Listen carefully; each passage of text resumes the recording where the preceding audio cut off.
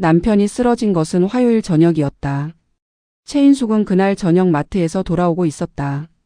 장바구니에 두부와 시금치와 남편이 좋아하는 홍어가 들어 있었다. 버스에서 내려 아파트 단지를 걸어가면서 오늘 저녁은 홍어 무침을 해야겠다고 생각했다. 남편이 퇴근하면 좋아할 것이었다. 그런데 핸드폰이 울렸다. 모르는 번호였다. 받았더니 119였다. 김재호 씨 보호자시냐고 했다. 네, 아내인데요. 지금 남편분이 직장에서 쓰러지셔서 응급실로 이송 중이라고 했다. 인숙은 그 자리에 멈추었다. 장바구니를 들고 서 있었다. 홍어가 든 장바구니를 들고 아파트 단지 안에서 응급실로 오시라는 말이 들렸다. 인숙이 네 했다. 어느 병원이냐고 물었다. 병원 이름을 들었다. 알겠습니다 했다. 전화가 끊겼다. 인숙이 그 자리에서 택시를 잡았다. 병원에 도착했을 때 남편은 이미 응급처치를 받고 있었다. 의사가 나와서 말했다. 심근경색이라고. 최대한 빠르게 시술을 하겠다고. 인숙이 기다렸다. 복도에서 혼자 기다렸다. 딸 수진에게 전화를 했다. 아빠가 쓰러졌다고. 수진이 달려왔다. 아들 수호도 왔다. 세 사람이 복도에 앉아서 기다렸다. 시술이 끝났다. 의사가 나왔다. 최선을 다했는데 너무 늦었다고 했다. 인숙은 그 말이 무슨 뜻인지 처음엔 이해하지 못했다. 의사가 다시 말했다. 이미 많이 진행된 상태였다고. 더 일찍 오셨으면 달랐을 텐데 하고 의사가 말을 흐렸다. 수진이 울기 시작했다. 인숙은 울지 않았다. 무언가가 가슴 안에서 꽉 막힌 것 같았다. 울음이 나와야 하는데 나오지 않았다. 그냥 서 있었다. 병원 복도에서. 그것이 화요일이었다. 장례는 사흘로 잡혔다. 이틀째 되는 날 오후였다. 인숙이 상복을 입고 조문객을 맡고 있었다. 사람들이 들어왔다가 나갔다. 남편 직장 동료들, 동네 아는 분들, 아이들 학교 때 알던 부모들. 인숙이 고맙다고 했다. 먼 길 오셨다고 했다. 오후 3시쯤이었다. 낯선 여자가 들어왔다. 30 초반쯤 되어 보였다. 단정한 검은 옷이었다. 머리카락을 뒤로 묶었다. 혼자였다. 조문객 명부에 이름을 쓰고 영정 앞에 섰다. 오래 섰다. 다른 조문객들은 잠깐 절하고 돌아갔다. 그 여자는 달랐다. 영정 앞에서 고개를 숙인 채 오래 있었다. 어깨가 조금 흔들렸다. 울고 있는 것이었다. 인숙이 그것을 봤다. 주변 사람들 눈에는 그냥 조문객이었다. 그러나 인숙의 눈에는 달리 보였다. 저 여자가 남편과 어떤 관계인지 알 수 없었다. 그러나 저렇게 우는 것은 그냥 직장 동료나 단순한 지인이 아니었다. 여자가 돌아섰다. 인숙과 눈이 마주쳤다. 여자가 고개를 숙였다. 인숙도 고개를 숙였다. 조문에 응하는 자연스러운 동작이었다. 여자가 걸어왔다. 안타깝습니다. 멀리서 오셨어요? 아니요. 어떻게 아시는 분이세요? 잠깐 침묵이 흘렀다. 아는 분이에요. 걱정이 됐어요. 여자가 다시 고개를 숙이고 돌아섰다. 인숙이 그 뒷모습을 봤다. 아는 분. 걱정이 됐어요. 그 말이 이상했다. 아는 분이 돌아가셨으면 어떻게 아시냐고 하지 걱정이 됐다고 하지 않았다. 걱정이 됐다는 것은 남편이 아니라 인숙이나 가족을 걱정했다는 뜻이었다. 여자가 장례식장을 나갔다. 인숙이 그 문을 바라봤다. 옆에서 수진이 물었다. 엄마, 저분 누구야? 몰라. 아빠 아는 분이야? 그런 것 같아. 수진이 더 말하지 않았다. 인숙도 더 말하지 않았다.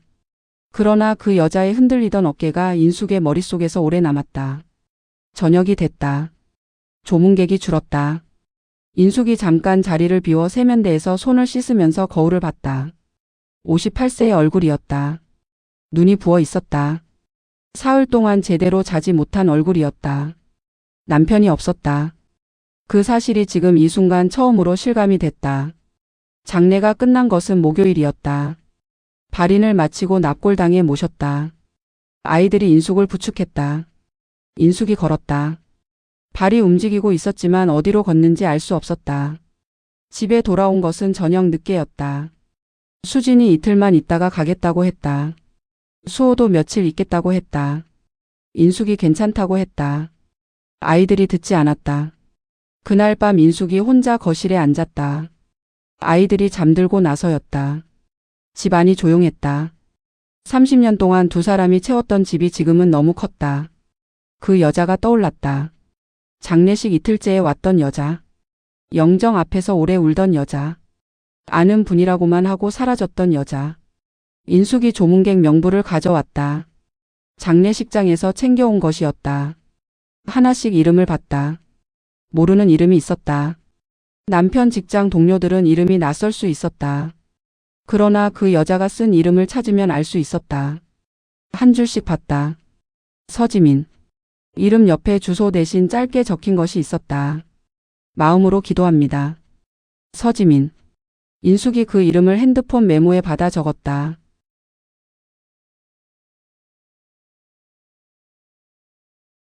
혜자에게 전화했다. 혜자야, 나 좀 물어볼 게 있어. 응, 말해.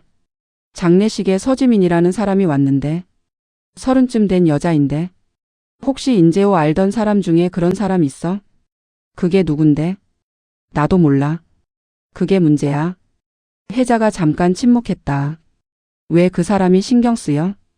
장례식에 혼자 와서 오래 울었어. 아는 분이라고만 하고 사라졌어.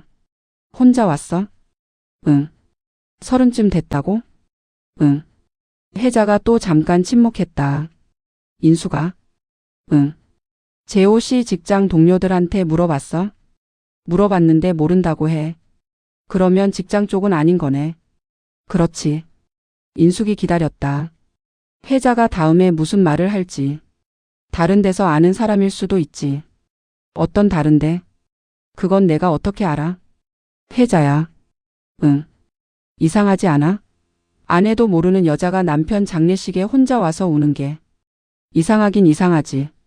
근데 인수가 뭔가 결론 내리기 전에 확인부터 해. 인숙이 창밖을 봤다. 확인을 어떻게 해? 그 사람한테 직접 물어봐야지. 연락처를 몰라. 조문객 명부에 번호 없어? 인숙이 다시 명부를 봤다. 서지민 옆에 번호가 적혀 있었다. 작은 글씨로. 있네. 그러면 전화해봐. 인수가 모르면서 혼자 생각하면 제일 나빠. 인숙이 그 번호를 봤다. 전화를 할 수 있었다. 번호가 있었다. 그런데 손이 쉽게 가지 않았다. 전화를 하면 뭔가를 알게 된다. 알게 되는 것이 좋은 것일 수도 있고 나쁜 것일 수도 있었다. 모르는 것이 편할 때도 있었다. 그러나 모른 채로 사는 것이 지금의 인숙에게는 불가능했다. 수진이 일어나는 소리가 났다. 인숙이 핸드폰을 내려놓았다. 아이들 있는 동안은 아직이었다. 아이들이 돌아가고 나면 전화할 것이었다. 그 번호가 핸드폰 속에 저장됐다. 서지민. 이름 썩자. 아이들이 돌아간 것은 사흘 뒤였다. 수진이 떠나면서 엄마 혼자 두기 걱정된다고 했다. 인숙이 괜찮다고 했다. 혼자 있을 수 있다고. 수진이 매일 전화하겠다고 했다. 수호도 자주 들르겠다고 했다. 아이들이 나간 뒤 집이 조용해졌다. 인숙이 거실에 앉았다. 남편 물건들이 여기저기 있었다. 소파 옆에 남편이 항상 앉던 자리. 거기 남편 슬리퍼가 있었다. 신문이 놓여 있었다. 남편이 아침마다 읽던 신문이 그날 아침 배달된 채로 있었다. 인숙이 그것들을 치우지 않았다. 아직은 치울 수 없었다. 남편 핸드폰이 협탁 위에 있었다. 병원에서 받아온 것이었다. 쓰러지던 날 들고 있던 핸드폰이었다. 인숙이 며칠 동안 열지 않았다. 아이들도 건드리지 않았다. 인숙이 그것을 집어들었다. 비밀번호를 눌렀다. 결혼기념일이었다. 남편이 비밀번호를 바꾼 적이 없었다. 아니, 인숙이 알기로는 그랬다. 화면이 열렸다. 문자함을 봤다. 직장 단체 채팅, 수진과의 대화, 수호와의 대화, 보험사 문자들. 그리고 서지민. 그 이름이 있었다. 인숙이 숨을 들이마셨다. 대화창을 열었다. 오래됐다. 가장 위의 문자가 남편이 쓰러지기 사흘 전이었다. 스크롤을 내렸다. 오래전 것들이 나왔다. 삼촌, 이번 달 학원비 감사해요. 그래. 공부 열심히 해. 네. 삼촌 밥은 잘 먹어요? 잘 먹어. 너는? 저도요. 다음에 밥 한번 사주세요. 그래. 조만간. 인숙이 스크롤을 더 내렸다. 삼촌 오늘 면접 붙었어요. 잘했다. 고생했어. 삼촌이 응원해줘서요. 고마워요. 내가 잘한 거야. 더 내렸다. 삼촌 엄마가 많이 아파요. 입원했어요. 어느 병원이야? 내가 갈게. 아니에요. 삼촌이 오면 아빠가 알 수도 있어요. 알겠어. 비용은 내가 보낼게. 삼촌 항상 미안해요. 미안하다는 말 하지 마. 당연히 해야 하는 거야. 인숙이 핸드폰을 내려놓았다. 삼촌. 그 단어가 화면 가득 있었다. 서지민이 남편을 삼촌이라고 불렀다. 인숙이 그것을 보면서 머릿속이 복잡해졌다. 삼촌이 불륜의 호칭이 아니었다. 그러나 인숙은 남편에게 형제가 없다고 알고 있었다. 독자라고 했다. 결혼할 때도 그렇게 말했다. 20년 전 시부모님이 돌아가셨을 때도 다른 형제 이야기가 없었다. 그렇다면 이 삼촌은 누구인가? 인숙이 다시 핸드폰을 들었다. 문자를 더 봤다. 아빠가 또 연락했어요. 무시하면 되죠? 응. 응하지 마. 뭔가 원하는 게 있으면 연락하는 거야. 아빠. 그 단어도 있었다. 지민에게 아버지가 있었다. 그리고 그 아버지가 지민에게 연락을 해왔고 남편이 무시하라고 했다. 인숙이 핸드폰을 들고 앉아서 창밖을 봤다. 아파트 단지 안에 나무들이 있었다. 바람에 흔들렸다. 남편에게 형제가 있었다. 그 사람의 딸이 지민이었다. 30년을 살았는데 몰랐다. 이 사람을 나는 얼마나 알고 있었는가. 그날 밤 인숙이 잠을 이루지 못했다. 새벽 2시에 눈이 떠졌다. 다시 감으려 했는데 감기지 않았다. 옆자리가 비어 있었다. 30년 동안 남편이 있던 자리가 비어 있는 것이 이 새벽에 선명하게 느껴졌다. 인숙이 일어나 거실로 나왔다. 물을 한 잔 마셨다. 소파에 앉아서 어두운 거실을 봤다. 30년이었다. 28배 결혼했다. 남편이 30이었다. 둘이 처음 만난 것은 친구 소개였다. 첫 만남에서 남편은 말이 없었다. 조용한 사람이었다. 그러나 인숙이 말할 때 눈을 보면서 들었다. 그 눈빛이 좋았다. 제대로 들어주는 사람이었다. 만난 지 1년 만에 결혼했다. 결혼할 때 남편이 말했다. 나는 혼자야. 부모님 일찍 여의었고 형제도 없어. 그게 미안해. 인숙이 괜찮다고 했다. 나만 있으면 되잖아요 하고 웃었다. 남편이 그 말에 처음으로 환하게 웃었다. 그것이 거짓말이었다. 형이 있었다. 그 형의 딸이 있었다. 20년 동안 그 딸을 챙겼다. 왜 말하지 않았는가? 인숙이 그 물음을 붙들었다. 불륜이 아니라는 것은 이제 알았다. 문자 내용이 불륜 관계의 것이 아니었다. 학원비, 면접, 엄마 입원. 그것들이 삼촌과 조카 사이의 이야기였다. 그런데 왜 숨겼는가? 형제가 있다는 것을 숨겼고 그 형이 딸을 챙긴다는 것을 숨겼다. 인숙이 알지 못하는 이유가 있을 것이었다. 남편이 그냥 숨긴 것이 아닐 것이었다. 30년을 살면서 인숙이 본 남편은 이유 없이 무언가를 숨기는 사람이 아니었다. 그러나 그 이유를 알지 못하는 지금 인숙이 가진 것은 의심뿐이었다. 의심. 인숙은 그 단어가 낯설었다. 30년 동안 의심을 해본 적이 없었다. 남편이 늦게 들어오면 일이 많았겠구나 했다. 출장이 있으면 조심히 다녀오라고 했다. 핸드폰을 본 적도 없었다. 볼 이유가 없었다. 그런 사람이 지금 의심을 하고 있었다. 아니, 의심이 맞는 말도 아니었다. 지금 인숙이 느끼는 것은 의심보다 더 복잡한 것이었다. 30년을 알았다고 생각했는데 모르는 것이 있었다는 것. 그 사실이 단순히 배신감이 아니었다. 배신감이기도 하고 슬픔이기도 하고 뭔가를 잃은 것 같은 기분이기도 했다. 남편이 없어진 것에 더해서 내가 알던 남편의 모습도 달라지는 것 같은 기분이었다. 그것이 제일 두려웠다. 30년 동안 알아온 사람이 사실은 다른 사람이었다면 그 30년이 어떻게 되는 것인가? 인숙이 손을 무릎 위에 얹었다. 손이 차가웠다. 남편의 온기가 없어진 집이 이렇게 차가운 것인지 몰랐다. 새벽에 인숙이 혼자 앉아 있었다. 울고 싶었다. 그러나 눈물이 나오지 않았다. 슬픔인지 분노인지 구분이 안 되는 무언가가 가슴 안에 가득 차 있는데 출구를 찾지 못하는 것 같았다. 남편아. 인숙이 마음속으로 불렀다. 왜 말 안 했어? 그 물음이 새벽 거실에서 아무 답을 받지 못했다. 다음 날 오후 혜자가 왔다. 반찬을 들고 왔다. 된장찌개 재료도 챙겨왔다. 인숙이 말리기도 전에 부엌에 들어가서 국을 끓이기 시작했다. 혜자가 국을 끓이는 동안 인숙이 식탁에 앉았다. 어젯밤에 잘 잤어? 못 잤어. 그럴 줄 알았어. 혜자가 국자를 저으면서 말했다. 그 여자 때문이야? 인숙이 잠깐 있다가 말했다. 남편 핸드폰 봤어. 혜자가 국자를 멈추었다. 그 여자랑 문자가 있었어. 뭐라고 되어 있어? 삼촌이라고 불렀어. 그 여자가 학원비 취업 엄마 입원. 그런 이야기들이 있었어. 혜자가 국자를 다시 저었다. 삼촌. 응. 재호 씨 형제가 없잖아. 그렇게 알았는데. 형이 있는 것 같아. 혜자가 국이 끓자 불을 줄이고 식탁으로 왔다. 인숙 맞은편에 앉았다. 그 형 딸인 것 같아? 그런 것 같아. 형이랑은 왜 연락이 없었어? 몰라. 왜 형이 있는 것도 숨겼는지 모르겠어. 혜자가 인숙을 봤다. 인숙아? 응. 지금 너 어때? 복잡해. 불륜이라고 생각해? 인숙이 잠깐 있다가 말했다. 불륜은 아닌 것 같아. 문자 내용이 그게 아니니까. 근데 왜 숨겼냐고. 30년 동안 형이 있다는 것도 그 형 딸을 챙긴다는 것도. 혜자가 팔꿈치를 식탁에 올리고 인숙을 봤다.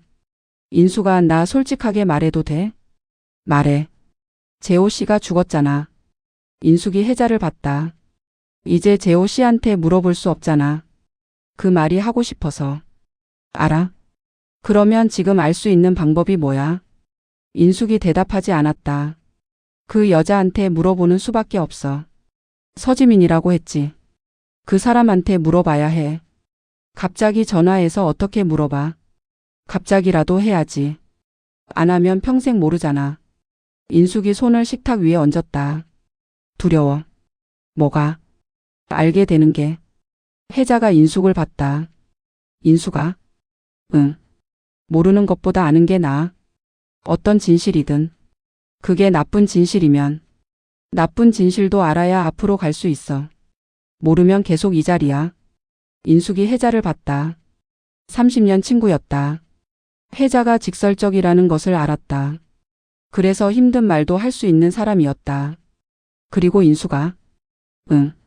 재호 씨를 30년 봐왔잖아. 그 사람이 나쁜 짓 할 사람이야? 인숙이 그 말을 들으면서 눈을 내렸다. 아니. 그러면 일단 그걸 믿어. 나쁜 짓이 아닐 것이라는 것을. 이유가 있을 것이라는 것을. 그 이유를 확인하러 가는 거야. 혜자가 일어나서 다시 부엌으로 갔다. 밥 먹어. 먹고 나서 전화해. 인숙이 혜자의 뒷모습을 봤다. 친구가 국을 퍼서 그릇에 담았다. 두 그릇을 식탁에 내려놓았다. 먹자. 인숙이 숟가락을 들었다. 국이 따뜻했다. 간이 맞았다. 혜자가 끓인 된장국은 항상 인숙 입맛에 맞았다. 30년 동안 그랬다. 혜자야. 응. 고마워. 먹어. 두 사람이 밥을 먹었다. 밥을 다 먹고 나서 혜자가 설거지를 했다. 인숙이 핸드폰을 들었다. 서지민. 저장된 번호를 봤다. 발신 버튼을 누를 수 있었다. 손가락이 그 위에 있었다. 혜자가 설거지하는 소리가 부엌에서 들렸다. 인숙이 발신 버튼을 눌렀다. 신호가 갔다.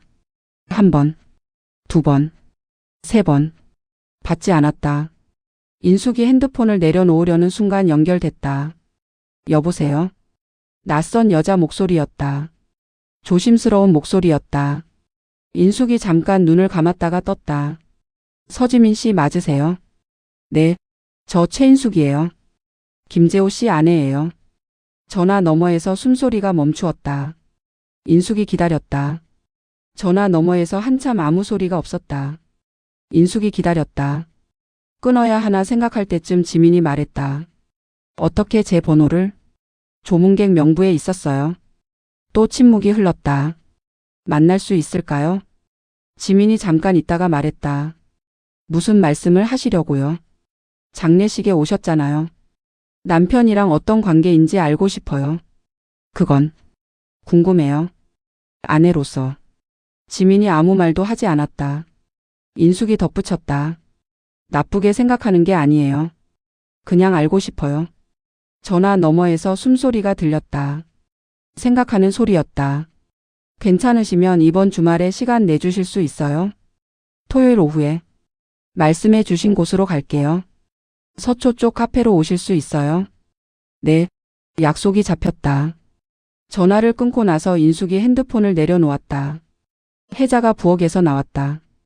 했어? 응. 토요일에 만나기로 했어. 혜자가 인숙 옆에 앉았다. 잘했어. 모르겠어.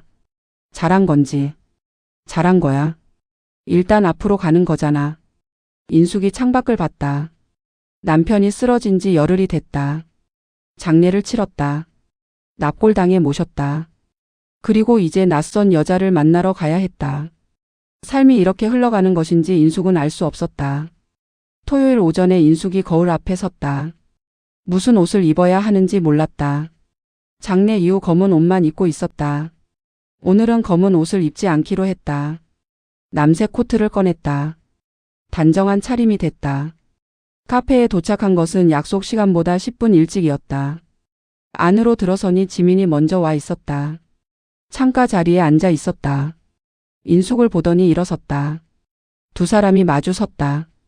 가까이에서 보니 장례식에서 봤을 때보다 어려 보였다. 30 초반이었다. 눈 아래가 어두웠다. 잠을 제대로 자지 못한 것 같았다. 앉으세요. 인숙이 맞은편에 앉았다. 두 사람이 메뉴를 주문했다.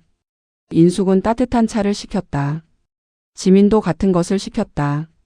잠시 침묵이 흘렀다. 인숙이 먼저 말했다. 장례식에 오셨더라고요. 네, 거기서 오래 계셨어요. 지민이 잔을 두 손으로 감쌌다. 몰랐어요. 그분이 그렇게 갑자기 가실 줄. 저도 몰랐어요. 두 사람이 잠깐 같은 상실 앞에 있었다. 인숙이 물었다. 남편이랑 어떤 관계예요? 지민이 잔을 내려놓았다. 말하기가 어려워요? 어려운 게 아니라 말하면 안 될 것 같아서요. 삼촌이 말하지 말라고 하셨어요.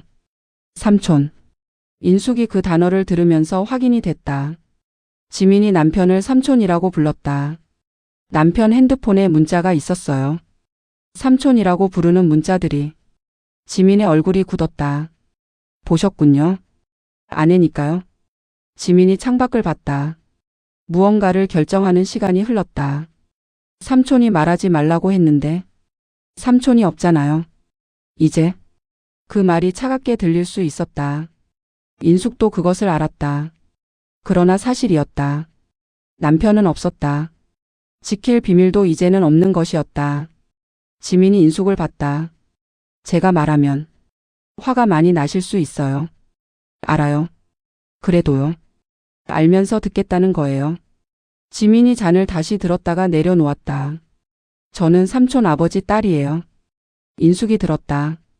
삼촌 형. 그분 딸이에요. 저는. 인숙이 그 말을 들으면서 눈을 깜빡였다. 남편에게 형이 있었다. 결혼할 때 독자라고 했던 남편에게 형이 있었다. 형이 계셨어요. 남편한테. 네. 왜 저는 몰랐을까요? 지민이 잠깐 있다가 말했다. 그게 제가 말하기 어려운 부분이에요. 말해줘요. 이모님이 화가 많이 나실 거예요. 이미 화가 나 있어요. 더 나도 괜찮아요. 지민이 인숙을 봤다. 그 눈이 결심하는 눈이었다. 20년 전에 있었던 일이에요. 지민이 말을 시작했다. 제가 12살 때예요. 20년 전이에요. 인숙이 들었다. 잔을 두 손으로 감싼 채로. 할아버지 할머니가 돌아가셨어요. 두 분이 같은 해에. 저희 아버지랑 삼촌이 유산을 나눠야 했어요. 인숙이 고개를 끄덕였다. 근데 그게 잘 안 됐어요. 아버지가. 지민이 말을 고르는 것이 보였다. 아버지가 욕심이 많은 분이에요. 솔직히 유산을 거의 혼자 가져가려고 했어요. 삼촌이 반대했고요. 그래서 사이가 나빠진 거군요. 그것만이 아니었어요. 지민이 창밖을 봤다가 다시 인숙을 봤다. 그 과정에서 아버지가 이모님 이야기를 했어요. 인숙이 눈을 들었다. 이모님 이야기요? 나쁘게요. 인숙이 잠깐 말이 없었다. 어떻게요? 저는 그때 12살이었고 다 듣지는 못했어요. 근데 어머니한테 나중에 들었어요. 아버지가 동생 아내 욕을 했대요. 집안이 변변찮다고. 그런 여자를 데려와서 유산을 같이 나누기도 아깝다고. 인숙이 그 말을 들으면서 잔을 꽉 쥐었다. 남편이 그 말을 들었어요? 들었죠. 그 자리에 있었으니까. 그래서 삼촌이 그 자리에서 아버지한테 말했대요. 다시는 이 여자 이름 꺼내지 말라고. 그리고 집을 나왔대요. 인숙이 숨을 들이마셨다. 그 뒤로 두 분이 연락을 안 한 거예요? 네. 아버지가 먼저 연락을 끊었어요. 자기가 욕을 했으면서 화를 냈어요. 삼촌이 자기 편을 안 들었다고. 삼촌도 연락 안 했고요. 20년이 됐네요. 네. 인숙이 그 말들을 정리했다. 남편이 형과 의절한 것이 나 때문이었다. 내 이름이 모욕당한 것 때문에. 남편이 그것을 견디지 않았고 집을 나왔다. 그리고 나에게는 말하지 않았다. 왜 말하지 않았을까요? 인숙이 혼잣말처럼 했다. 지민이 들었다. 말하면 이모님이 괴로워할 것 같아서 아닐까요?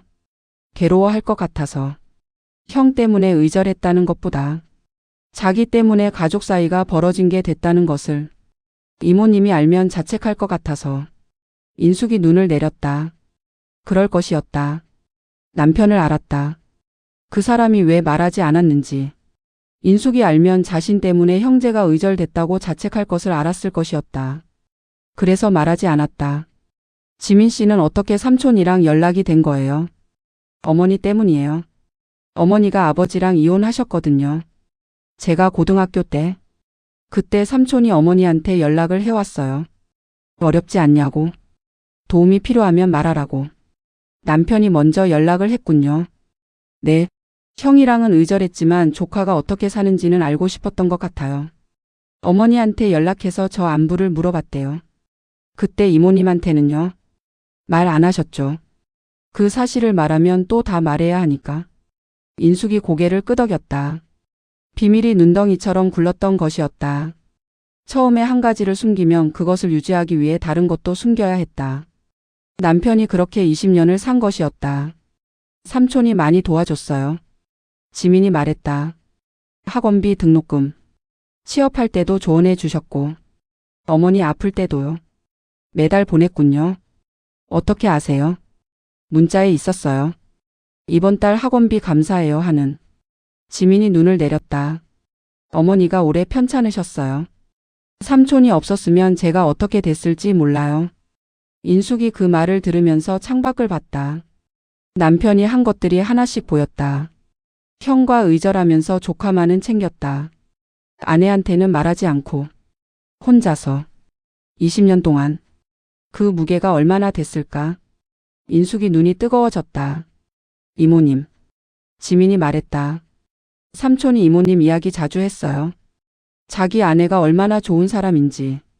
인숙이 지민을 봤다. 그랬어요? 네.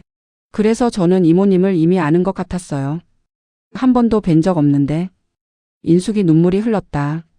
닦으려다가 그냥 두었다. 남편이 나 이야기를 했다. 자기 아내가 얼마나 좋은 사람인지. 나를 지키려고 형과 의절한 사람이 나를 좋은 사람이라고 했다. 두 사람이 카페에 오래 앉아 있었다. 차가 식었다. 새로 식혔다. 바깥에서 사람들이 지나갔다. 평범한 토요일 오후였다. 지민이 말을 이어갔다. 이모님이 어떤 분인지 삼촌한테 많이 들었어요. 아침에 일찍 일어나서 밥을 챙긴다고. 잔소리가 없다고. 집에 오면 편하다고. 인숙이 그 말들을 들으면서 눈물을 닦았다. 잔소리가 없다고 했어요? 네. 그게 얼마나 좋은지 모른다고. 집에 오면 아무 말 안 해도 된다고. 인숙이 그 말이 웃기기도 하고 슬프기도 했다. 남편이 말이 없었어요. 원래 조용한 사람이었어요. 그러셨겠죠. 저한테도 말이 많지 않으셨어요. 그래도 필요한 말은 다 하셨어요. 지민이 잔을 들었다가 내려놓았다. 삼촌이 어릴 때 이야기를 한번 해줬어요. 인숙이 지민을 봤다. 형이랑 사이가 어땠냐고 물었더니 어릴 때는 좋았대요. 형이 잘해줬대요. 근데 어른이 되면서 돈 이야기가 나오면서 달라졌다고. 유산 문제로요. 네, 그게 삼촌한테 많이 상처였던 것 같아요. 그 사람이 그런 사람인지 몰랐다고. 근데 그것보다 지민이 잠깐 멈추었다. 이모님 욕하는 걸 들었을 때 그게 더 상처였대요. 인숙이 그 말을 들으면서 눈을 내렸다. 이모님을 욕한 게 아니었어요. 실은. 어떡해요? 이모님 집안이 변변찮다고 했다는데 삼촌이 그 말에 화가 난 게 이모님 집안 때문이 아니었어요. 인숙이 지민을 봤다. 삼촌이 그랬어요. 자기가 좋아서 선택한 사람을, 자기 아내를 욕하는 걸 들을 수 없었다고. 그 말이 나왔다. 인숙의 눈에서 눈물이 또 흘렀다. 자기가 좋아서 선택한 사람, 자기 아내, 그것을 욕하는 것을 들을 수 없었다고. 그래서 의절하셨군요. 응해주면 더 할 것 같았대요. 그러면 안 되는 것 같아서. 인숙이 눈물을 닦았다. 그리고 이모님한테 말 안 한 거요. 지민이 말했다. 이유를 삼촌이 한번 말해줬어요. 이모님이 알면 자기 때문에 시아주버니랑 관계가 끊어졌다고 생각할 것 같아서. 그 죄책감을 이모님한테 주기 싫었다고. 인숙이 고개를 끄덕였다. 그럴 것이었다. 남편을 알았다. 그리고 또 있어요. 뭐가요? 이모님이 알면 형을 용서해달라고 할 것 같다고. 이모님 성격상. 인숙이 눈을 깜빡였다. 그게 싫었던 거예요? 용서하기 싫다는 게 아니에요. 이모님이 불편하게 되잖아요. 시아 주버니가 있는데 연락 없이 사는 게. 이모님이 알면 먼저 화해하자고 나서야 한다는 압박을 느낄 것 같아서. 그게 이모님한테 짐이 되는 거잖아요. 인숙이 그 말을 들으면서 한참 있었다. 그것도 맞았다. 인숙의 성격을 남편이 알았다. 만약 알았다면 인숙은 어떻게든 화해를 추진했을 것이었다. 남편이 원하든 원하지 않든. 남편이 그것까지 생각한 것이었다. 삼촌이 이모님을 얼마나 생각했는지. 지민이 말했다. 저는 그냥 삼촌이 대단한 분이라고 생각했어요. 형이랑 의절까지 하면서. 그게 얼마나 외로운 일인지. 그 이야기를 이모님한테 못하면서. 인숙이 창밖을 봤다. 외로운 일. 남편이 외로웠을 것이었다. 형과 의절하고. 그 이유를 아내에게도 말하지 못하고. 조카는 챙기면서 그것도 말하지 못하고. 혼자 20년을 안고 살았다. 그 무게를 인숙은 몰랐다. 곁에 있었는데 몰랐다. 남편이 외로웠겠다. 인숙이 혼잣말처럼 했다. 지민이 들었다. 외로웠겠지. 나한테 말하면 됐는데. 같이 감당하면 됐는데. 삼촌 성격이 그랬어요. 짐을 나눠주는 사람이 아니었어요. 혼자 드는 사람이었어요. 인숙이 고개를 끄덕였다. 맞았다. 30년을 알아온 남편이었다. 혼자 드는 사람이었다. 힘든 것을 표현하지 않았다. 걱정을 나누지 않았다. 그게 미덕인 줄 알았는데 그 안에 이런 것들이 있었을 줄은 몰랐다. 카페를 나온 것은 2시간이 지나서였다. 두 사람이 건물 앞에 섰다. 겨울 바람이 불었다. 인숙이 코트깃을 세웠다. 지민이 말했다. 제가 말해도 되는지 몰랐어요. 삼촌이 말하지 말라고 했으니까요. 잘 말해줬어요. 이모님이 알아야 할 것 같아서요. 삼촌이 왜 그렇게 하셨는지. 인숙이 지민을 봤다. 지민 씨 장례식에 올 때 무서웠겠다. 지민이 눈을 내렸다. 네, 이모님이 어떻게 반응하실지 몰라서요. 혼자 왔잖아요. 네, 그래도 왔어요. 마지막이잖아요. 그냥 가면 안 될 것 같았어요. 인숙이 그 말을 들었다. 지민에게도 남편은 중요한 사람이었다. 아버지한테 버려지다시피 한 아이에게 유일하게 챙겨준 어른이었다. 그 어른의 마지막을 보러 온 것이었다. 지민 씨. 네, 삼촌한테 많이 기댔겠다. 지민이 눈이 빨개졌다. 네, 이제 없잖아요. 네, 인숙이 잠깐 있었다. 나도 없잖아요. 남편이. 두 사람이 서로를 봤다. 같은 사람을 잃었다. 다른 관계로. 그러나 같은 사람을. 지민 씨 연락해도 될까요? 나중에. 지민이 눈을 깜빡였다. 이모님이요? 남편이 챙겨온 사람이잖아요. 내가 이어가면 안 될까요? 지민의 눈에서 눈물이 흘렀다. 그게 괜찮으세요? 괜찮아요. 지민이 눈물을 닦았다. 삼촌한테 이모님 이야기 많이 들었는데 이렇게 만날 줄 몰랐어요. 나도요. 두 사람이 서로를 봤다. 겨울 바람이 불었다. 오늘 고마워요. 지민 씨. 인숙이 먼저 돌아섰다. 걸어가면서 눈물을 닦았다. 바람이 찼다. 코트 깃을 더 세웠다. 걸으면서 인숙이 생각했다. 남편이 지킨 것이 있었다. 나였다. 나를 지키려고 형과 의절했다. 나를 지키려고 20년 동안 말하지 않았다. 나를 지키려고 짐을 혼자 들었다. 그것이 맞는 방식이었는지는 몰랐다. 함께 감당해도 됐는데. 말해줬으면 같이 버틸 수 있었는데. 그러나 그것이 남편의 방식이었다. 나를 사랑하는 방식이. 인숙이 걸음을 멈추었다. 길 한가운데였다. 사람들이 지나갔다. 눈물이 나왔다. 소리 없이. 슬픔인지 고마움인지 알 수 없는 눈물이었다. 남편아. 말해줬으면 됐는데. 말해줘도 됐는데. 인숙이 눈물을 닦고 다시 걸었다. 집 쪽으로. 집에 돌아온 인숙이 현관에 들어서면서 남편 슬리퍼를 봤다. 아직 그 자리에 있었다. 인숙이 슬리퍼 앞에 서서 그것을 봤다. 오래 봤다. 그리고 거실로 들어와서 소파에 앉았다. 남편이 항상 앉던 자리에. 그 자리가 비어 있었다. 그러나 인숙이 거기 앉았다. 앉아서 생각했다. 30년 동안 이 사람이 나를 위해 한 것들이 있었다. 말하지 않은 것들이 있었다. 짊어지고 간 것들이 있었다. 그것들을 다 알아야 사랑을 아는 것은 아니었다. 그러나 알고 나서 달라진 것이 있었다. 이 사람이 더 보고 싶었다. 인숙이 남편 자리에 앉아서 창밖을 봤다. 남편이 매일 앉아서 보던 창이었다. 이 창에서 무엇이 보이는지 인숙이 처음으로 봤다. 아파트 단지 나무들이 보였다. 겨울이라 잎이 없었다. 그러나 가지들이 하늘을 향해 뻗어 있었다. 남편이 이것을 보면서 무슨 생각을 했을까? 지민을 만나고 일주일이 지났다. 인숙이 일상으로 돌아가려고 했다. 밥을 차렸다. 장을 봤다. 혜자와 전화를 했다. 그러나 아직 일상이 되지 않았다. 밥을 차리면 두 사람 분이 됐다. 장에 가면 남편이 좋아하는 것을 집었다가 내려놓았다. 그러던 어느 날 지민에게서 문자가 왔다. 이모님 저예요. 드릴 말씀이 있는데 시간 내주실 수 있을까요? 어머니가 이모님을 만나고 싶어 하세요. 인숙이 그 문자를 봤다. 지민의 어머니. 남편 형과 이혼한 분. 남편이 조카를 챙기면서 그 어머니와도 연락이 됐을 것이었다. 네, 언제든지 괜찮아요. 약속이 잡혔다. 지민과 그 어머니가 함께 오는 것이었다.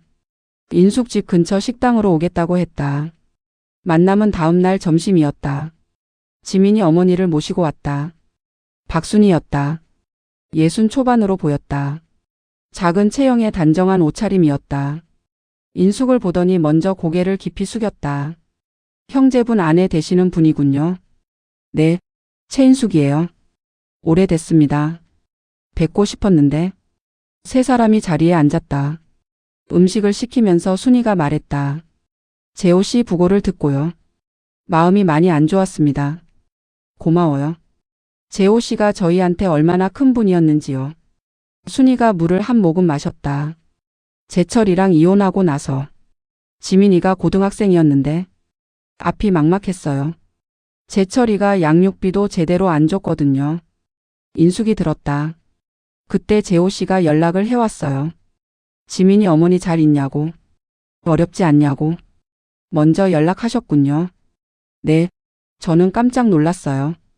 재철이랑 의절했다고 들었는데 그래도 조카는 신경 쓰인다고. 뭔가 필요하면 말하라고. 순이의 눈이 빨개지기 시작했다. 그게 지민이한테 얼마나 큰 힘이 됐는지요. 아버지한테 버려진 것 같은 아이한테. 삼촌이라도 있다는 게. 지민이 그 옆에서 시선을 내렸다. 재호 씨가 매달 보내줬어요. 많지 않았지만요. 그것도 본인 아내 모르게. 그게 항상 마음에 걸렸어요. 제가 알면 안 된다고 했나요? 그게 아니에요. 순이가 인숙을 봤다. 말하기 어렵겠다고 하셨어요. 왜 형이랑 연락이 없는지 설명하려면 다 말해야 하는데. 그것이 이모님한테 짐이 된다고. 인숙이 고개를 끄덕였다. 지민한테서 들은 이야기와 같은 이유였다. 재호 씨가 이모님 이야기를 참 많이 하셨어요. 그랬어요? 지민이한테도 그러셨겠지만 저한테도요. 아내가 얼마나 좋은 사람인지. 아내가 있어서 집에 가는 게 좋다고.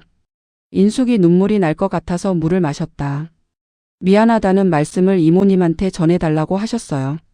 인숙이 눈을 들었다. 재호 씨가요? 네. 언젠가는 다 말할 거라고. 근데 아직 때가 아닌 것 같다고. 그때가 되면 다 말하겠다고. 때가 되면. 그런데 때가 오기 전에 남편이 갔다. 그 말을 전해달라고 하셨어요. 미안하다고. 짐을 같이 나눴어야 했는데 혼자 들었다고. 인숙이 눈물을 닦았다. 남편이 알고 있었다. 혼자 든 것이 잘못이라는 것을. 그러나 다른 방법을 몰랐던 것이었다. 재호 씨가 이모님을 얼마나 사랑하셨는지. 순이가 말했다. 말로 표현을 안 하셨을 수 있어요. 그게 그분 방식이니까. 그래도 말에서 늘 보였어요. 아내 이야기를 할 때마다. 지민이 말했다. 삼촌이 이모님 이야기할 때 눈빛이 달랐어요. 표정이 달랐어요. 인숙이 그 말들을 들으면서 눈물을 닦았다. 음식이 나왔다. 세 사람이 밥을 먹었다. 처음엔 어색했지만 밥을 먹으면서 말이 나왔다. 지민이 삼촌한테 있었던 일들을 이야기했다. 면접 전날 긴장된다고 문자를 보냈더니 새벽에 답장이 왔다는 것. 잘 될 거야. 세 글자만 왔는데 그것이 얼마나 힘이 됐는지. 인숙이 들으면서 웃기도 하고 눈물이 나기도 했다. 남편이 새벽에 문자를 보낸 것이었다. 옆에서 자는 인숙은 몰랐지만 밥을 다 먹고 나서 인숙이 계산을 했다. 순이가 말렸지만 인숙이 고집했다. 제가 내야 해요. 와주셨으니까. 식당을 나오면서 순이가 인숙의 손을 잡았다. 재호 씨가 좋은 분 만난 거 맞아요. 이모님 같은 분 만난 게. 인숙이 그 손을 받았다. 고마워요. 세 사람이 헤어졌다. 인숙이 혼자 걸어가면서 생각했다. 남편이 챙겨온 사람들이 있었다. 그 사람들이 지금 인숙한테 와서 남편 이야기를 해줬다. 인숙이 몰랐던 남편을. 그것이 선물 같았다. 늦게 받은 선물. 그러나 받은 것이었다. 집에 돌아온 날 저녁이었다. 인숙이 저녁을 차리다가 핸드폰이 울렸다. 모르는 번호였다. 받았다. 최인숙 씨 되시죠? 남자 목소리였다. 낯선 목소리였다. 그러나 어딘가 익숙한 결이 있었다. 남편과 비슷한 연배의 목소리였다. 그런데요. 저는 김재철이에요. 재호 동생. 인숙이 들고 있던 국자를 내려놓았다. 재철. 남편의 형이었다. 20년 동안 연락이 없었던 사람. 남편이 의절한 사람. 어떻게 번호를? 재호 지인을 통해서 수소문했어요. 동생 부고를 늦게 들었어요. 늦게 들었어요. 그 말이 가볍게 들렸다. 20년 동안 연락을 하지 않다가 동생이 죽었다는 소식에 연락을 해왔다. 무슨 일이에요? 동생이 갑자기 갔다고 하니까. 마음이 안 좋아서요. 장례는 끝났어요. 그건 알아요. 늦어서 미안해요. 인숙이 부엌 창밖을 봤다. 이 사람이 미안하다고 했다. 어떤 미안함인지. 장래에 늦은 것인지 20년 동안 연락 없었던 것인지 동생 아내를 모욕했던 것인지. 재호 씨 유품 정리 같은 거. 형제 쪽 물건이 있으면 연락 주세요. 물건. 인숙이 그 말을 듣는 순간 무언가가 차갑게 굳었다. 무슨 물건이요? 재호가 부모님한테 받은 것들이 있을 텐데. 형제 물건이니까 돌려받아야 할 것들이. 인숙이 잠깐 눈을 감았다가 떴다. 20년 만에 연락을 한 이유가 이것이었다. 동생이 죽었다. 유산 중 동생 몫이 있었다. 그것을 돌려달라는 것이었다. 재철 씨. 네. 재호 씨가 형이랑 왜 연락을 끊었는지 알아요? 제철이 잠깐 침묵했다. 오래된 일이에요. 가족 사이에 있는 일이고. 오래된 일이죠. 20년 됐으니까. 그때는 젊어서 감정적으로 됐던 거고. 인숙이 그 말을 들으면서 숨을 고르게 쉬려고 했다. 감정적으로 됐던 것. 20년 전 남편 아내를 모욕한 것이 감정적으로 된 것이라고 표현했다. 저는 그 이유를 최근에 알았어요. 뭘 알았어요? 제철 씨가 20년 전에 저한테 무슨 말 했는지. 전화 너머에서 제철이 아무 말도 하지 않았다. 재호 씨가 왜 그 자리에서 나왔는지. 왜 연락을 끊었는지. 다 알았어요. 인숙 씨. 최인숙이에요. 인숙이 말했다. 부드럽지 않게. 제철 씨 저한테 연락한 이유가 유품 때문이라면요. 재호 씨가 부모님한테 받은 것은 재호 씨 것이에요. 그게 이제 제 것이고요. 제철이 말을 꺼내려는 것 같았다. 인숙이 먼저 말했다. 그리고 한 가지만 말할게요. 들어봐요. 재호 씨가 20년 동안 형 때문에 얼마나 힘들었는지. 저는 그것도 이제 알았어요. 말도 못하고 혼자 들고 산 것이 얼마나 무거웠는지. 제철이 아무 말도 하지 않았다. 그러니까 앞으로 연락하지 마세요. 재호 씨가 없는 지금은 우리 사이에 연결이 없어요. 인숙 씨 그게. 최인숙이에요. 인숙이 전화를 끊었다. 핸드폰을 내려놓았다. 손이 떨렸다. 그 정도 말을 하면서도 손이 떨렸다. 화가 난 것인지 긴장한 것인지 아니면 오래 쌓여온 무언가가 처음으로 출구를 찾은 것인지. 인숙이 부엌 조리대를 짚었다. 숨을 크게 들이마셨다. 남편이 20년 동안 지킨 것이 있었다. 그것을 인숙이 오늘 지켰다. 남편 대신. 방식이 달랐다. 남편은 조용히 의절했고 인숙은 말을 했다. 그러나 같은 것을 지켰다. 인숙이 다시 국자를 들었다. 국을 저으면서 눈물이 났다. 서러워서가 아니었다. 남편이 보고 싶어서였다. 그랬어요, 남편. 이 정도는 했어요, 나도. 전화를 받고 사흘이 지난 날이었다. 인숙이 남편 서재를 정리하기 시작했다. 아직 서재를 정리하지 않았다. 다른 공간은 조금씩 손을 댔는데 서재만은 그러지 못했다. 남편이 가장 많은 시간을 보낸 곳이었다. 퇴근하면 서재로 들어가서 책을 읽거나 조용히 앉아 있었다. 그 방에 들어가면 아직 남편 냄새가 나는 것 같았다. 그러나 정리를 해야 했다. 책들을 하나씩 꺼냈다. 종류별로 나눴다. 남길 것, 아이들한테 줄 것, 처분할 것. 책상 서랍을 열었다. 서류들이 있었다. 보험 서류, 업무 관련 서류들. 인숙이 하나씩 확인했다. 서랍 안쪽에서 봉투가 나왔다. 오래된 봉투였다. 일반 편지 봉투였다. 봉인이 되어 있었다. 앞에 아무것도 적혀 있지 않았다. 인숙이 봉투를 들었다. 뜯어야 하는지 잠깐 생각했다. 남편의 것이었다. 그러나 남편은 없었다. 봉인된 편지가 서랍 안쪽에 있었다는 것은 아무에게도 주지 않은 것이었다. 인숙이 봉투를 뜯었다. 편지지가 나왔다. 2장이었다. 남편의 글씨였다. 또박또박 쓴 글씨였다. 날짜가 없었다. 인숙이 읽기 시작했다. 인숙에게. 이것을 언제 줄지 모르겠어. 아니면 못 줄 수도 있어. 그래도 쓰고 싶어서 써. 할 말이 있는데 말로 하기가 어려워서. 당신도 알지. 나는 말로 하는 게 어려운 사람이라는 거. 그래서 이게 서랍 안에 있는 거야. 당신한테 숨긴 게 있어. 형 이야기야. 나한테 형이 있어. 20년 동안 말 못했어. 미안해. 형이랑 왜 연락이 없는지 언젠가 물어볼 것 같았는데 당신이 안 물어봤어. 물어보면 말할 수 있을까 했는데. 당신이 눈치 있어서 안 물어봤던 건지 아니면 궁금하지 않았던 건지는 모르겠어. 인숙이 잠깐 멈추었다. 눈치 있어서 안 물어봤던 것이 아니었다. 독자라고 해서 그냥 그런 줄 알았다. 그러나 남편은 인숙이 눈치껏 묻지 않은 것이라고 생각했던 것 같았다. 다시 읽었다. 20년 전에 형이 당신 욕을 했어. 자세한 내용은 지금도 말하기 싫어. 화가 나서가 아니라 당신이 들으면 기분 나쁠 것 같아서. 그때 내가 나온 게 맞는 일인지 모르겠어. 형제 사이에 그러면 안 됐던 건지. 그래도 나는 후회하지 않아. 당신을 욕하는 것을 듣고 아무렇지 않게 있을 수 없었어. 형 딸이 있어. 지민이라고. 지민이 엄마가 형이랑 이혼하면서 많이 어려워졌어. 내가 조금씩 보탰어. 이것도 말 못했어. 말하면 왜 형 딸을 챙기냐고 할 것 같아서. 그런데 나중에 생각해보니 당신은 그런 말 안 했을 것 같아. 내가 당신을 너무 몰랐나 봐. 그 부분에서 인숙이 눈물이 났다. 내가 당신을 너무 몰랐나 봐. 맞았다. 인숙이라면 그런 말 안 했을 것이었다. 오히려 더 챙기자고 했을 것이었다. 남편이 인숙을 몰랐다. 일기를 이어갔다.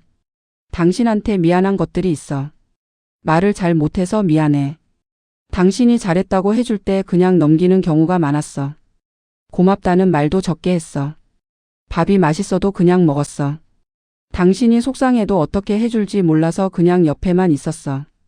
그게 당신한테 충분하지 않았을 것 같아. 미안해. 당신 옆에 있어서 좋았어.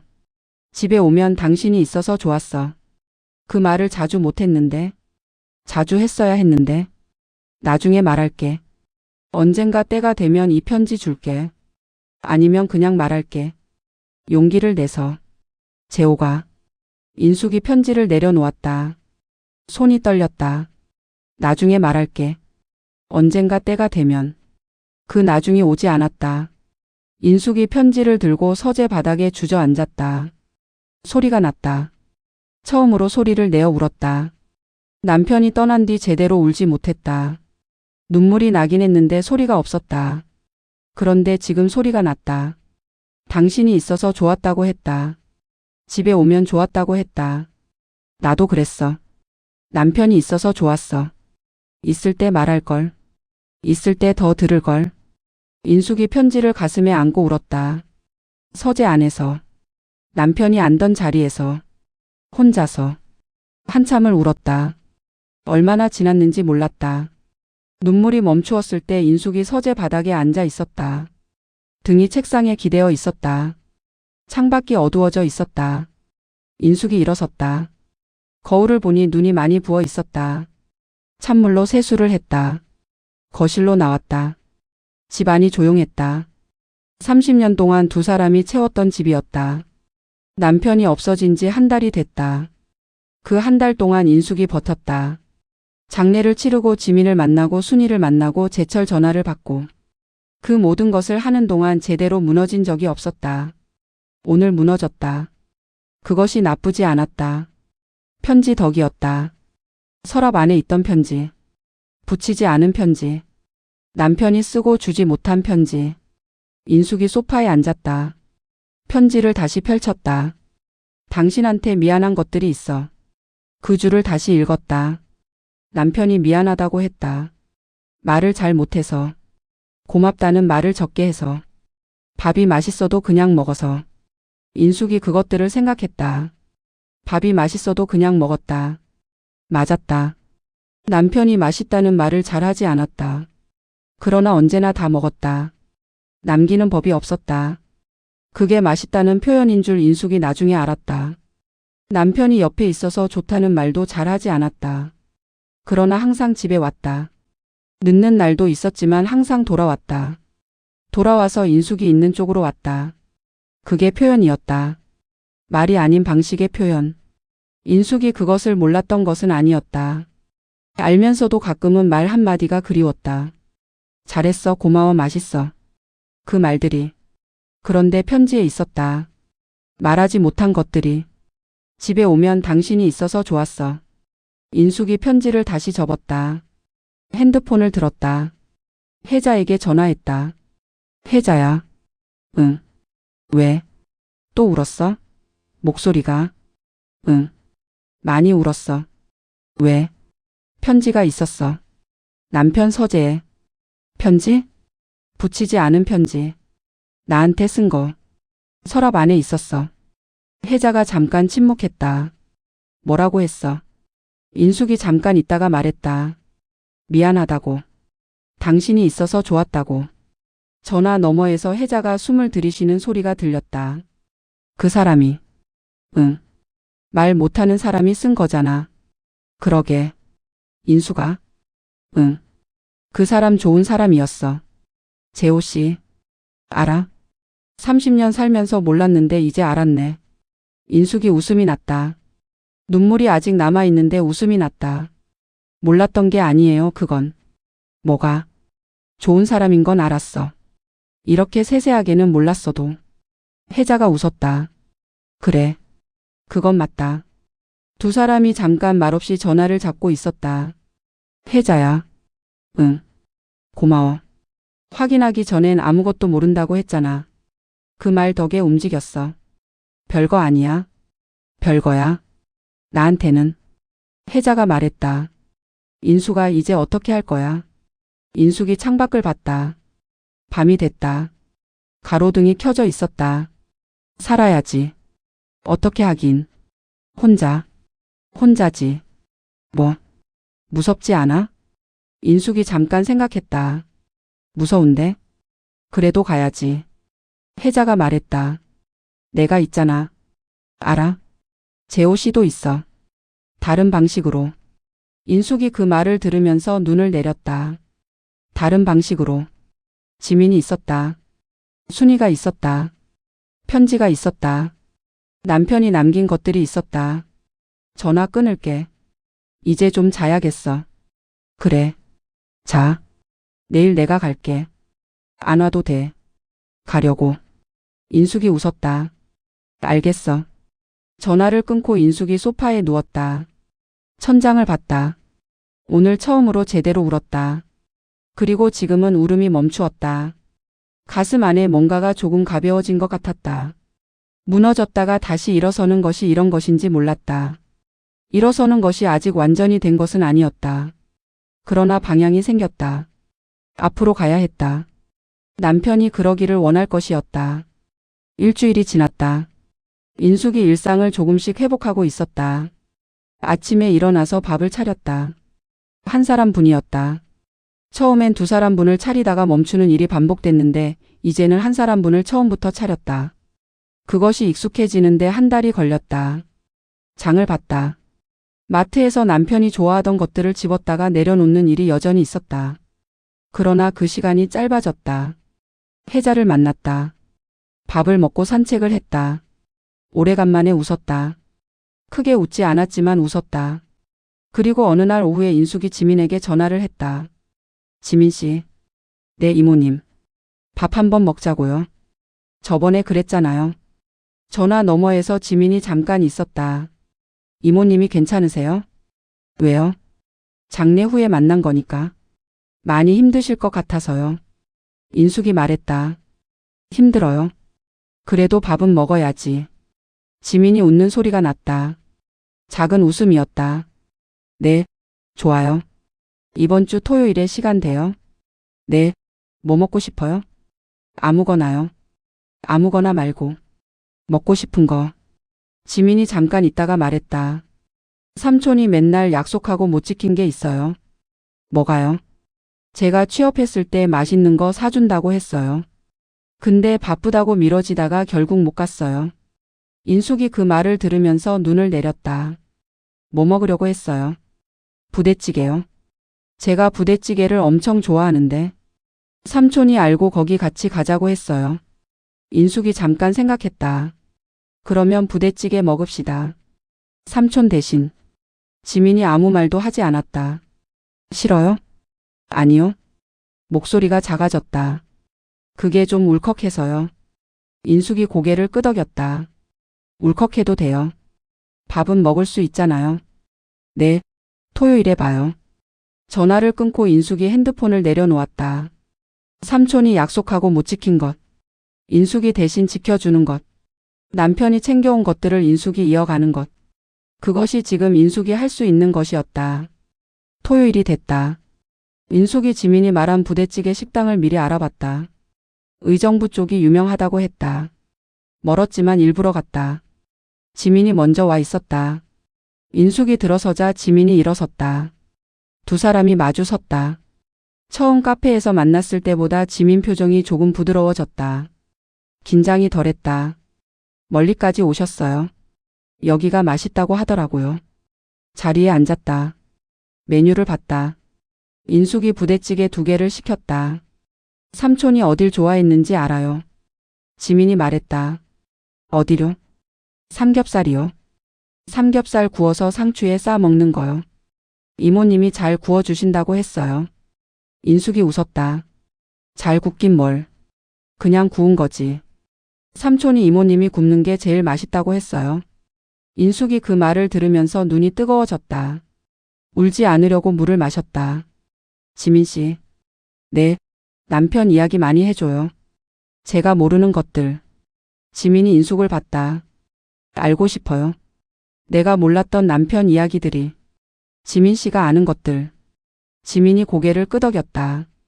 부대찌개가 나왔다. 뚝배기에 담긴 것이었다. 김이 올라왔다. 냄새가 좋았다. 두 사람이 먹기 시작했다. 지민이 말했다. 삼촌이 한 번은요? 응. 제가 학교에서 따돌림 비슷한 게 있었어요. 힘들다고 문자를 보냈는데. 그랬어요? 삼촌이 바로 전화 왔어요. 그리고 물었어요. 내가 잘못한 게 있어? 인숙이 들었다. 제가 없다고 했더니. 그러면 됐다고 했어요. 내가 잘못하지 않은 거면 됐다고. 그게 다예요? 그게 다예요. 지민이 웃었다. 근데 그 말이 엄청 위로가 됐어요. 내가 잘못한 게 없으면 됐다는 게. 인숙이 그 말을 들으면서 생각했다. 남편다웠다. 길게 말하지 않고 핵심만 말하는 사람이었다.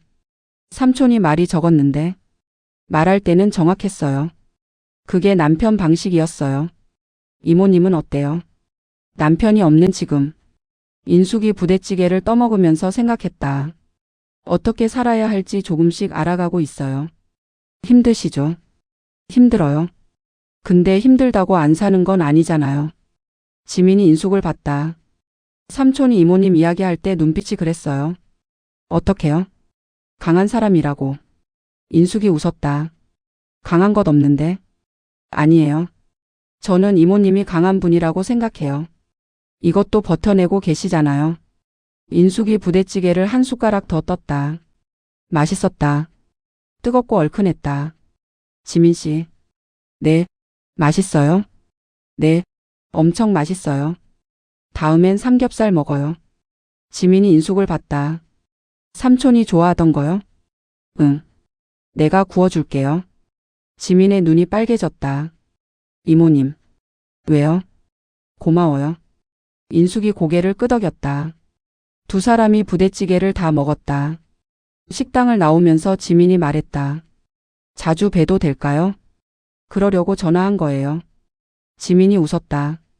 환하게. 처음 보는 웃음이었다. 인숙이 그 웃음을 봤다. 어딘가 남편과 닮은 것이 있었다.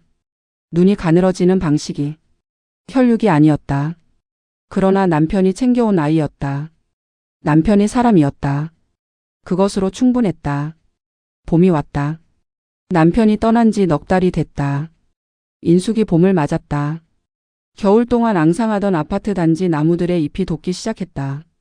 남편이 서재에서 매일 보던 창밖 나무에도 잎이 났다. 인숙이 그 나무를 매일 봤다. 남편이 보던 것을 보는 것이 습관이 됐다. 어느 봄날 오후에 인숙이 납골당에 갔다. 혼자 갔다.